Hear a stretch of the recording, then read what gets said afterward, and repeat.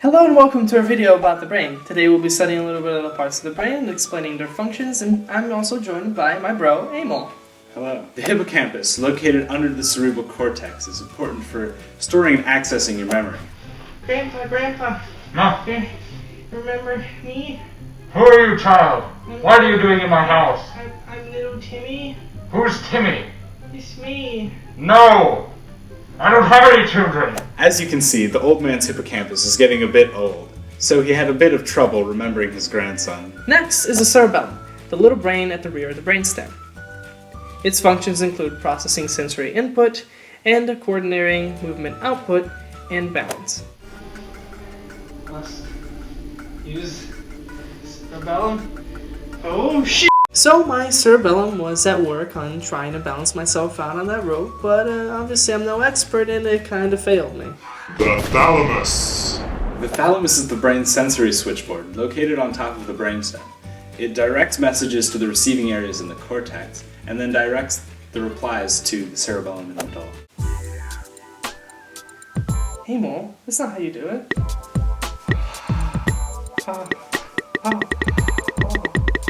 We were definitely feeling something, so it's evident that the thalamus was directing messages to the correct part of the brain. Next part of the brain is the amygdala. It is two lima bean-sized neuroclusters in the limbic system that are linked to emotion. Now, I don't know what I saw wrong with this one, because I don't know why Emil was having his amygdala act up and have fear, because I'm a fantastic driver. That's the hypothalamus! The hypothalamus is a neural structure lying below the thalamus.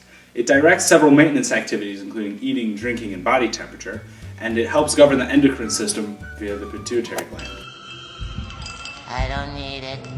I don't need it. I definitely don't need it. I don't need it. I don't need it. I don't need it.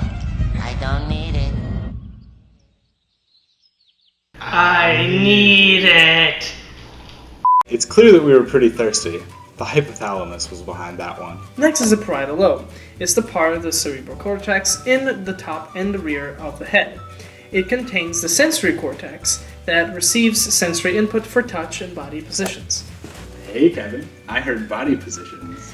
No, Emil, this is a real example.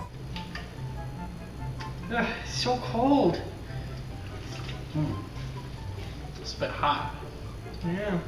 So this time our parietal lobes were at work by telling us if something was hot or cold. The pons regulates relaxation, including involuntary eye movement and swallowing.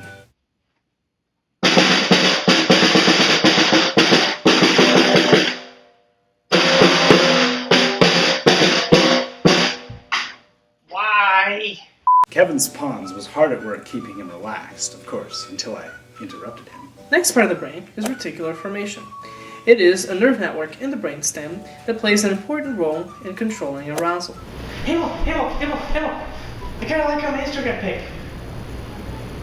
So as you can see, my reticular formation was really hard at work when I got that like from Instagram. I just got a little bit too excited. The medulla is the part of the brain at the base of the brain stem that regulates breathing and heartbeat.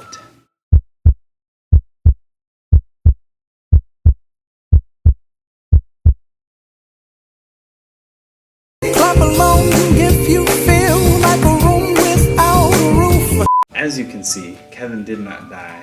His medulla was regulating his heart and lungs, keeping him alive. Next is the frontal lobe. It is the portion of the cerebral cortex lying just behind the forehead, and it is involved in speaking and muscle movements because of the motor cortex, and in making plans and judgments.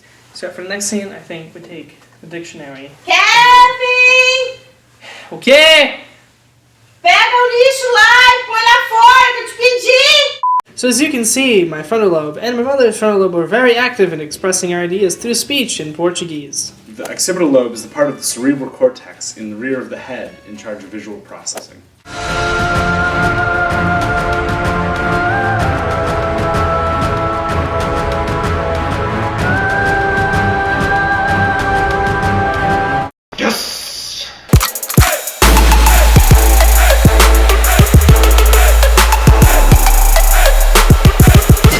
At the end of that staring contest, my visual cortex was able to process that Kevin's eyes had blinked and that I won. And now for the temporal lobe.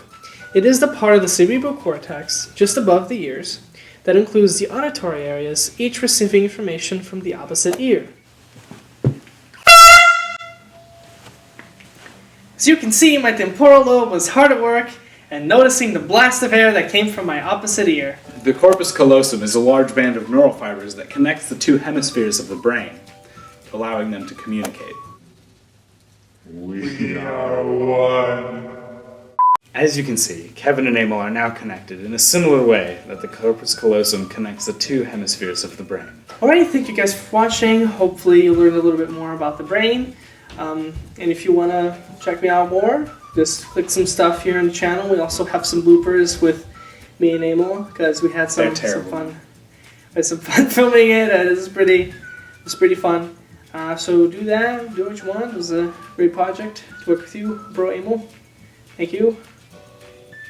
Alright, we'll take that as a as a yes. It was fun. And we'll see you next time.